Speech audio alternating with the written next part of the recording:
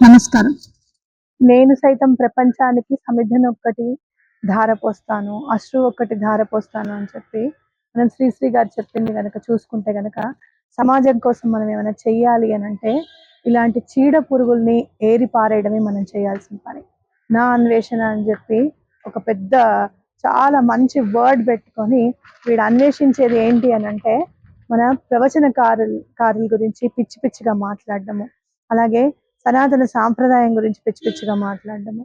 అట్లాగే అసలు జనన మరణాల పుట్టుకల గురించి గూడా, అంటే మన పుట్టుక ఎక్కడ నుంచి వచ్చిందో దాని గురించి చెప్పడానికని చెప్పి చాలా తాపత్రయపడిపోతూ, ఒక వాటర్ మిలన్‌ని, ఒక కీరాని పెట్టి వీడెలా పుట్టాడో ప్రపంచానికి చెప్పాలనుకుంటున్నాడేమో అని అనిపిస్తుంది. ఇలాంటి వాడిని అసలు మనం ఫాలో చేయడం అనేది చాలా పొరపాటు. ఇంకా చెప్పాలి అనంటే, హిందువులే అంటే ఇండియన్స్ మాత్రమే ఆడవాళ్ళ మీద అకృత్యాలు చేస్తున్నారు అని చెప్పి గూడా ఏవేవో రేటింగ్స్ కూడా సంఖ్యల రూపంలో చూపిస్తున్నాడు ఈ పిశాచి. అర్థమైందా?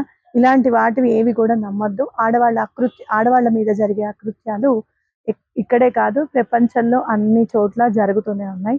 నిజంగా చెప్పాలి అనంటే, స్త్రీకి ఒక స్వాతంత్రం ఉంది అనంటే గనక, అది కేవలం సనాతన సాంప్రదాయంలోనే పరిఢవిల్లుతుంది అని చెప్పి ఖచ్చితంగా చెప్పుకోవచ్చు.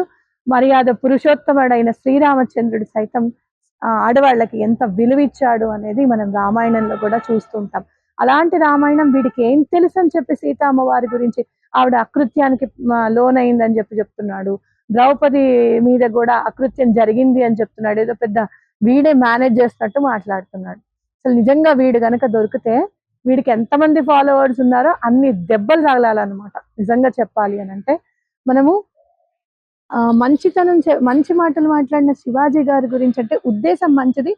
వాడిన మాటలు మాత్రం ఖచ్చితంగా అభ్యంతరకరమైనవే. అలా శివాజీ గారి మీద రెచ్చిపోతున్న వాళ్ళు మరి వీళ్ళేం చేస్తున్నారు అనేది నాకు అర్థం కాని విషయం అన్నమాట. అంటే వీళ్ళేం చేయకూడదు అని చెప్పి ఆడవాళ్ళకి సపోర్ట్ చేస్తున్నట్టుగా, మీరు ఏదైనా వేసుకోవచ్చు, ఏమైనా చేయొచ్చు అని చెప్పి సపోర్ట్ చేస్తున్నట్టుగా మాట్లాడడం జరుగుతుంది. యెస్, ఆడవాళ్ళు ఏమైనా వేసుకోవచ్చు. కానీ ఎక్కడి వరకు? వాళ్ళ కుటుంబం వరకు. బయటికొస్తున్నప్పుడు అయ్యో! అదేంటి అలా వేసుకున్నారు? నిండుగా ఉంటే బావుండు కదా అని అనిపించేటట్టుగా వస్త్రధారణ ఉండకూడదు అనేది కూడా నా అభిప్రాయమే. అలాంటి వస్త్రధారణ నిండుగా ఉన్న వస్త్రధారణ మేము వేసుకోము అని అన్నప్పుడు, ఈ సనాతన సాంప్రదాయం పరిఢవిల్లే ఈ భూమి మీద ఉండే హక్కు మీకెవరికీ లేదనే చెప్పాలి. ఎందుకు అనంటే, మనకు పూర్వం నుంచి కూడా చక్కగా నిండుగా కప్పుకోవడం, నిండుగా ఉండడం అనేది మన సనాతన సాంప్రదాయంలో వచ్చినది. అదే మనకు పెద్దవాళ్ళు నేర్పించింది కూడా. ఫ్యాషన్ అని చెప్పి వింత పోకడలకి పోవడం, పిల్లల ముందే స్విమ్మింగ్ డ్రెస్‌లేసుకొని తిరగడం అనేది కరెక్ట్ కాదు అనేది నా అభిప్రాయం. మరి నా అన్వేషణ వాడిని మరి మీరేం చేస్తారు అనేది మీకే వదిలేస్తున్నా. నిజంగా చెప్పాలి అంటే, ఈ 5 వేళ్ళు లోపలికి వెళ్తూ ఉంటే మిగతా వాటి మీద చాలా కాన్సంట్రేషన్ ఉంటుంది. ఎప్పుడైతే ఈ 5 వేళ్ళకి ఇబ్బంది కలుగుతుందో, అప్పుడు కేవలం కడుపు మీదే కాన్సంట్రేషన్ ఉంటుంది. కాబట్టి ఆ 5 వేళ్ళు లోపలికి ఎలా వెళ్ళాలా అనే ఆలోచన వాడికొచ్చేటట్టు చేయాలి అంటే, వాడికున్న ఒకే ఒక సంపాదన ఈ ఫాలోవర్స్ ఇన్‌స్టాగ్రామ్‌లో పెంచుకోవడం, యూట్యూబ్‌లో వీడియోస్ చేయడం. వాడిని అన్‌ఫాలో చేయండి, అన్‌సబ్‌స్క్రైబ్ చేయండి. తప్పకుండా 5 వేళ్ళు ఎలా వెళ్ళాలా లోపలికనే ఆలోచన వచ్చినప్పుడు, తప్పకుండా కేవలం తన గురించి ఆలోచించడం మాత్రమే చేస్తాడు అని ఖచ్చితంగా చెప్పుకోవచ్చు. కానీ మరి ఇలాంటి వాడిని వదిలేద్దామా?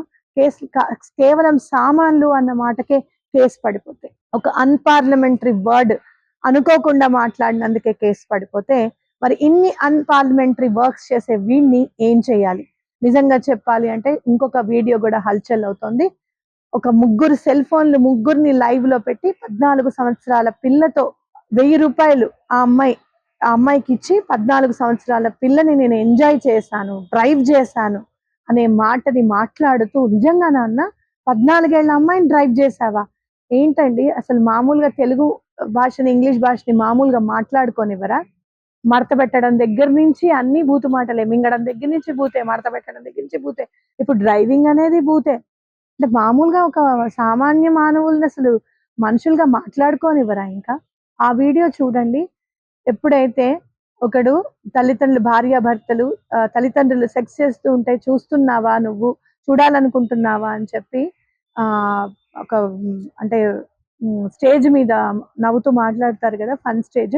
దాని మీద ఆ క్వశ్చన్ అడిగినప్పుడు నిర్ఘాంతపోయి యావత్ భారతదేశం వాడి వెనకాల పడి సుప్రీం కోర్ట్ ముందు వాడిని దోషిగా నిల్చోబెట్టి వాడి సమాధానం చెప్పేటట్టు చేసి వాడి పాడ్కాస్ట్ వీడియోలన్నీ కూడా ఆపించగలిగింది.